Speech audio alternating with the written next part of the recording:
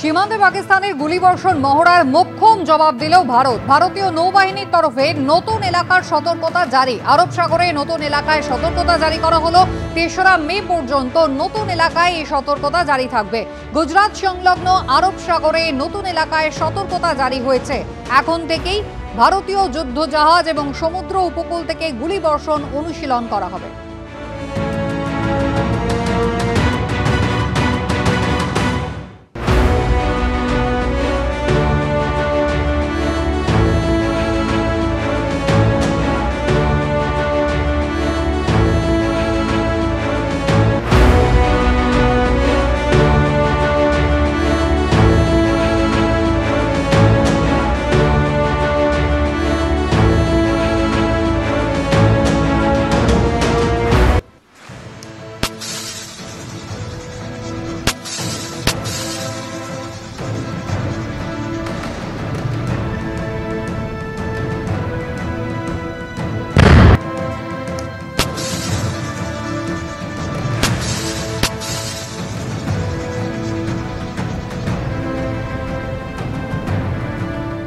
বাইশে April পেহেলগাঁওয়ের Baisaran valley, যেখানে একেবারে নির্বিচারে ধর্মীয় পরিচয় জেনে হিন্দু জানার পরে পুরুষদের হত্যা করলো জঙ্গিরা, এবং সেই ঘটনার পর এখনো কিন্তু জঙ্গিরা অধরা 9 দিন কেটে গিয়েছে। ইতিমধ্যেই কিন্তু পাকিস্তানকে জবাব দিতে ভারত তৈরি হয়েছে। অল আউট অ্যাকশনের জন্য সেনাবাহিনী তৈরি, তাদেরকে একেবারে পূর্ণ স্বাধীনতা দিয়েছেন প্রধানমন্ত্রী।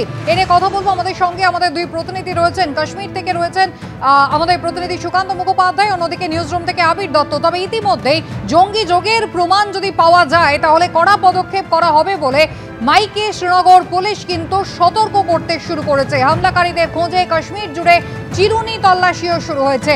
সরাসরি সুকান্ত মুখোপাধ্যায়ের কাছে প্রথমেই চলে যাব। সুকান্ত, একেবারে ডিজি, এনআইএ ডিজি তিনি যাচ্ছেন আমরা জানি, এবং ইতিমধ্যে এনআইএর একাধিক দল তারা কিন্তু দফায় দফায় জিজ্ঞাসাবাদ করার প্রক্রিয়া শুরু করে দিয়েছে।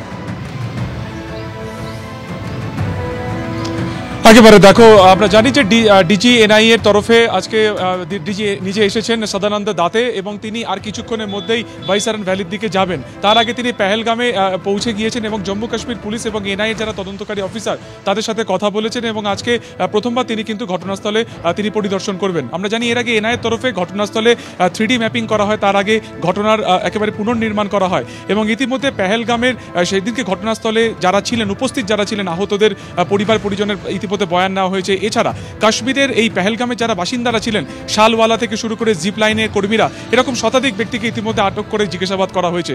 সেখান থেকে যে বিষয়টি এখনো পর্যন্ত সামনে এসেছে যে প্রায় 1 সপ্তাহ আগে এই আসিফ ফৌজি এবং তার দলবল কিন্তু পেহেলগামে পৌঁছে গিয়েছিল, এবং তারপরে তারা একাধিক জায়গাতে নাশকতার পরিকল্পনা করেছিল। প্রথমে তাদের পরিকল্পনা ছিল যে একযোগে তারা প্রত্যেকটি যে পর্যটন কেন্দ্র রয়েছে বা জায়গা রয়েছে, আরু ভ্যালি, চন্দনবাড়ি, অন্যদিকে তোমার এই বেতাব ভ্যালি এবং অবশ্যই বৈসরন ভ্যালিতে তারা আক্রমণ করবে।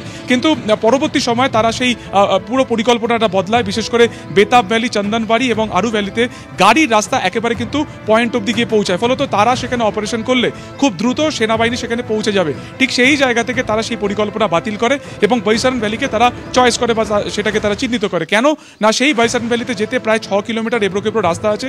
সেই সময়ের মধ্যে সেনাবাহিনী যতক্ষণে পৌঁছতো ততক্ষণে তারা এই গোটা কাণ্ডটি ঘটিয়ে চলে যেতে পারবে। ঠিক সেই মোতাবেকই তারা পরিকল্পনা করে 22 তারিখ এবং এই গোটা ঘটনাটি ঘটায়। ফলত পুরো বিষয়টির নেপথ্যে যে পরিকল্পনা রয়েছে সেটা একেবারে পরিষ্কার দিনের আলোর মতন, এবং ইতিমধ্যে 9 দিন পেরিয়ে গেছে, এখনো পর্যন্ত কাউকে গ্রেফতার করা যায়নি। দুটি সম্ভাবনা, এক হচ্ছে ঠিক যেখানেই ঘটনাস্থল অর্থাৎ বৈসরন ভ্যালি তার পাশেই রয়েছে লিডার ফরেস্ট, ঘন জঙ্গল, তার ঠিক পরে পাহাড়, এবং সেটাকে টপকে যে কোনোভাবে কিন্তু পিওকেতে পৌঁছে যাওয়া যায়। তাই ঘটনার পরে তারা কি পিওকেতে চলে গিয়েছে নাকি তারা এই ভ্যালির মধ্যে কোথাও তারা আত্মগোপন করে রয়েছে, এই দুটোকে সম্ভাবনা রেখেই পুরো যে পেহেলগামের প্রত্যেকটা চত্বর চিরুনি তল্লাশি চালাচ্ছেন সেনাবাহিনীর তরফে। এবং আজকে ডিজি এনআইএর আশা অত্যন্ত সিগনিফিকেন্ট যে তদন্তের অগ্রগতি কি রয়েছে, কেন গ্রেফতার করা যাচ্ছে না, কি লিড মিলল, পুরোটা তিনি কিন্তু কার্যত তদন্তকারী অফিসারদের সাথে কথা বলবেন। এবং ইতিমধ্যে আমরা জানি যে কূটনৈতিক একটা প্রেশার পাকিস্তানের উপর দেওয়া হচ্ছে। তার পাশাপাশি যে বর্ডার এরিয়া রয়েছে অর্থাৎ উড়ি সেক্টর, কার্গিলের দ্রাস চত্বর এবং তোমার অন্যদিকে কুপওয়ারা, সোপিয়ান, সোপোরো, এই যে জায়গাগুলোতে কার্যত একেবারে বর্ডার এরিয়া, সেখানকার যারা গ্রামের বাসিন্দা তাদেরকে কিছুটা দূরে সরে যেতে বলা হয়েছে। কারণ যখনই এই সংঘাতের পরিস্থিতি তৈরি হয় তখন পিওকে থেকে সেলিং হয়। তো সেখান থেকে দাঁড়িয়ে এই গ্রামবাসীদের পিছনে সরে যেতে বলা হয়েছে এবং সেনা তৎপরতা কিন্তু অত্যন্ত বাড়ানো হয়েছে প্রত্যেকটা বর্ডার এরিয়াতে। এবং আজকে পেহেলগামে ডিজি নিচে এসেছেন, সেখানে তিনি কথা বলবেন। এবং অন্যদিকে আমরা দেখলাম যে মাইকিং করা হয়েছে গোটা এই ভ্যালি জুড়ে, যে যারাই এই জঙ্গি সংগঠনের সাথে যুক্ত থাকবে তাদেরকে কড়া শাস্তি দেওয়া হবে। অর্থাৎ সব মিলিয়ে তৎপরতা তুঙ্গে এবং 9 দিন পেরিয়ে গেলে এখনও গ্রেফতার করা হলো না, সেই প্রশ্নেরও কিন্তু উত্তর খুঁজছেন গোটা দেশবাসী।